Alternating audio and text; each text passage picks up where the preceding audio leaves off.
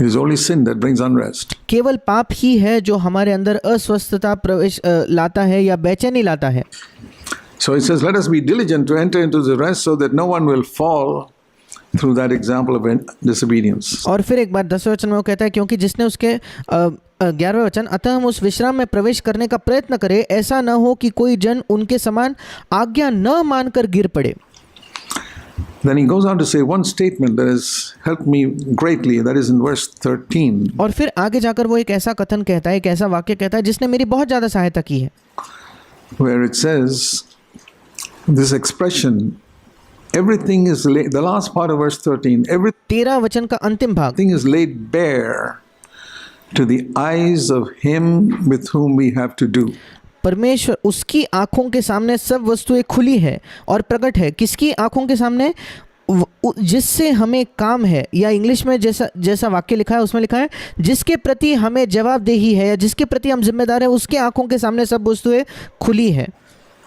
That expression where God is called him with whom we have to do. या जैसे English का जो शब्दशः अर्थ होगा कि वो जिसके साथ हमें हमारा संबंध है, या दूसरे शब्दों में कहे तो जिसके प्रति हम जवाबदेह हैं। And I've seen it like this. और मैंने इस सत्य को इस प्रकार से देखा है, He is the only one with whom I have to do. ये वो इकलौता व्यक्ति है जिसके प्रति मैं जवाबदेह हूँ। I don't have to deal with people. मुझे लोगों से कोई बर्ताव नहीं करना। I deal with them, but I'm not going to be in panic because they treat me badly or. मैं लोगों से बर्ताव प्रतिदिन करता हूँ, पर मैं डरना नहीं चाहता अगर वो मेरे साथ दुर्व्यवहार करे तो, threaten me or. या लोग मुझे धमकी दे तो। No. नहीं। I have only one person with whom I have to deal with. That's God. एक ही व्यक्ति है जिसके साथ मेरा संबंध है, जिसके प्रति मैं जवाबदेह हूँ, वो है परमेश्वर। And if the Lord, in the Psalms it says, Psalm 16, I've set the Lord always before me. और भजन 16 में ऐसा लिखा है कि मैंने निरंतर प्रभु को अपने सामने रखा है। I've set the Lord always before me. मैंने निरंतर प्रभु को अपने सामने रखा है। And because he's at my right hand, I shall not be moved. और क्योंकि वो मेरे दाहिनी ओर है, मैं कभी डगमगाऊंगा नहीं। That's what he's saying here. और यहाँ वो यही कह रहा है, He's the only one with whom I have to do. वो इकलौता व्यक्ति है जिसके प्रति मैं जवाबदेह हूँ या जिसके साथ मेरा बर्ताव है। I want to encourage you, my brothers, please take this seriously because you will need it in the days to come. मैं आपको प्रोत्साहित करना चाहता हूँ मेरे भाइयों, कृपया इसे गंभीरता से ले, क्योंकि आने वाले दिनों में आपको इसकी ज़रूरत पड़ेगी। We are entering into days of evil. हम दुष्टता के दिनों में प्रवेश कर रहे हैं। And please turn with me to Psalm 16. मेरे साथ निकालिए भजन संहिता उसका 16वां अध्याय।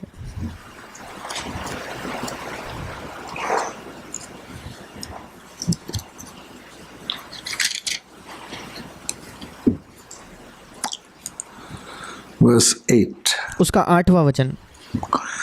I have set the Lord continually. That means 24 hours, 7 days a week. मैंने यहोवा को निरंतर अर्थात 24 घंटे दिन के, हफ्ते के 7 दिन before me. मेरे सम्मुख रखा है। And I'm also, he's at my right hand. और वो मेरे दाहिने हाथ है, दाहिनी ओर है। So I will never be shaken. इसलिए मैं कभी ना डगमगाऊंगा। I'll always be at rest. मैं हमेशा विश्राम में रहूंगा।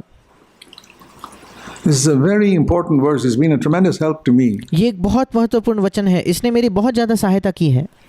Because I remember in the early Christian life, I was in so much of discouragement and unrest because of so many things. क्योंकि मुझे याद है मेरे शुरुआती मसीही दिनों में मैं इतना बेचैन रहता था, इतना निराश हो जाता था कई चीज़ों के बारे में।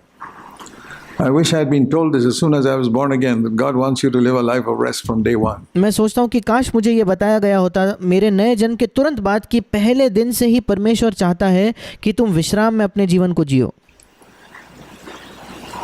I've set the Lord continually before me. Jesus is there in front of me. मैंने प्रभु को निरंतर अपने सम्मुख रखा है। यीशु मसीह मेरे सामने है। Always I want to walk in his footsteps. निरंतर मैं उसके पद चिन्हों पर चलना चाहता हूँ।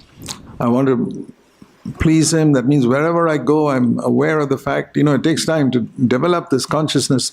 मैं उसे प्रसन्न करना चाहता हूँ और थोड़ा समय लगेगा कि हम इस सत्य को अपने प्रतिदिन के जीवन में लागू करें।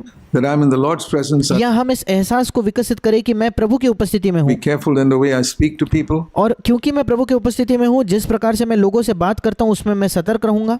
Because I'm in the Lord's presence, I'll be careful in the way I write to people or क्योंकि मैं प्रभु के उपस्थिति में हूँ, मैं बहुत सतर्क रहूंगा कि मैं किस प्रकार से लोगों को कुछ लिखता हूँ talk to people on the phone, everything, या फोन पर उनसे किस प्रकार से बात करता हूँ। because the Lord is always there before me. इन सब चीज़ों में मैं बड़ा सतर्क रहूंगा क्योंकि प्रभु निरंतर मेरे सामने है।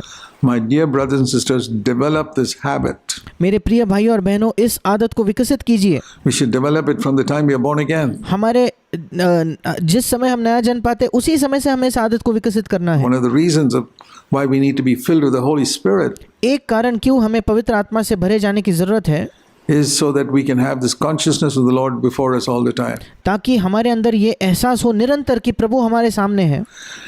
And we find it a struggle. और हमें ये एक संघर्ष लगता है। I'll tell you what.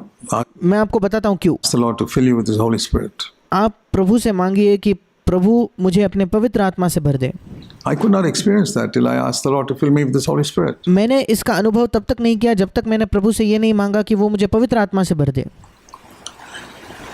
That's the most important thing in the Christian life. ये हमारे मसीह जीवन में सबसे महत्वपूर्ण बात है, After we are born again, हमारे नए जन्म के बाद, to be filled with the Holy Spirit. कि हम पवित्र आत्मा से भर जाएं। Then the Lord, we can be aware of the Lord in the presence all the time, और फिर प्रभु के उपस्थिति का निरंतर हमें एहसास होगा and at our right hand, and then और प्रभु हमारे दाहिनी ओर we will होगा not be shaken. और फिर हम डगमगाएंगे नहीं। That's God's will for every one of us. And I pray ये प्रभु की हम में से हर एक के लिए इच्छा है that we will take it seriously. और मैं प्रार्थना करता हूँ कि हम इसे गंभीरता से लेंगे। See what the Bible says in Luke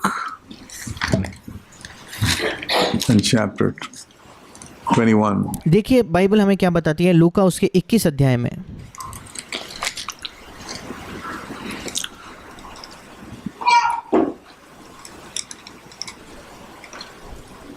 Verse 25 and 26. उसका 25 और 26 वचन, लूका 21 25 और 26। Middle of that verse. On earth, Luke 21 25. उस वचन के बीच में लूका 21 25। There'll be dismay among the nations, perplexity, and verse 26, men fainting from fear and the expectation of the things which are coming upon the world. 25 वचन, पृथ्वी पर देश देश के लोगों को संकट होगा। 26वां वचन, भय के कारण और संसार पर आने वाली घटनाओं की बाट देखते देखते लोगों की जी में जी न रहेगा। We're going to enter those days very soon. हम बहुत जल्द इन दिनों में प्रवेश करने वाले हैं। Luke 21 26. Luka 21 26, Just before the coming of the Lord. प्रभु के आगमन के थोड़े ही समय पहले। And when that happens, verse 28, और जब ये होगा 28 वचन, straighten up, तो सीधे हो जाओ, lift up your heads, अपने सिर ऊपर उठाओ, because your redemption is drawing near. क्योंकि तुम्हारा छुटकारा निकट होगा। So this is my exhortation to every one of you for the coming days. और आने वाले दिनों के लिए ये मेरा आप सबके लिए उपदेश है। Ask the Holy Spirit to make the presence of Jesus very real to you. पवित्र आत्मा से मांगिए कि पवित्र आत्मा आपके जीवन में यीशु मसीह के उपस्थिति को बिल्कुल वास्तविक कर दे। That when you converse with your husband or your wife, कि जब आप अपने पति या पत्नी से बात करते हो, recognize that Jesus is right there between you. इस बात को पहचाने कि वहाँ यीशु मसीह आपके साथ है, आपके बीच में है। And that you will speak as in the presence of the Lord. और आप इसी प्रकार से बात करोगे जैसे आप प्रभु के उपस्थिति में बात कर रहे हो। When you're meeting with people in your office, everywhere, remember the Lord goes with you. जब आप लोगों से मिलते हो आपके दफ्तर में या आपकी किसी मीटिंग में, तो याद रखिए प्रभु आपके साथ जाता है। He's with you always. Keep वो निरंतर आपके साथ है, him in front of you उसे अपने सामने रखें and seek to live this life of rest. और इस विश्राम के जीवन को जीने का यत्न करें। Whenever any unrest or panic comes into your mind, say to yourself, I'm out of the will of God right now. जब कभी कोई बेचैनी या डर आपके हृदय में आता है तो आप कहिए कि मैं इस समय प्रभु की जो मेरे जीवन के लिए इच्छा है उस इच्छा के बाहर चला जा चुका हूँ।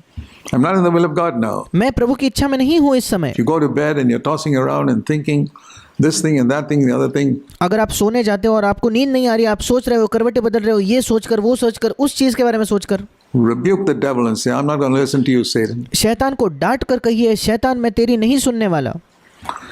And one warning there, I want to say, be very, very careful that Satan does not put into your heart a spirit of accusation और एक चेतावनी जो मैं आपको देना चाहता हूँ, बहुत ज़्यादा सतर्क रहिए कि आपके हृदय में शैतान दूसरों पर दोष लगाने की आत्मा न दे, against other people. दूसरे लोगों के खिलाफ दोष लगाना। He is the accuser, particularly of believers. वो दोष लगाने वाला है, विशेषकर विश्वासियों का दोष लगाने वाला। Be very, very careful that he does not put into your mind his spirit of accusing people. बहुत ज़्यादा सतर्क हो जाइए कि शैतान आपके मन में ये आत्मा न दे कि आप दूसरों पर दोष लगाते हो। We're not called to be accusers. हमें दूसरों पर दोष लगाने के लिए नहीं बुलाया गया।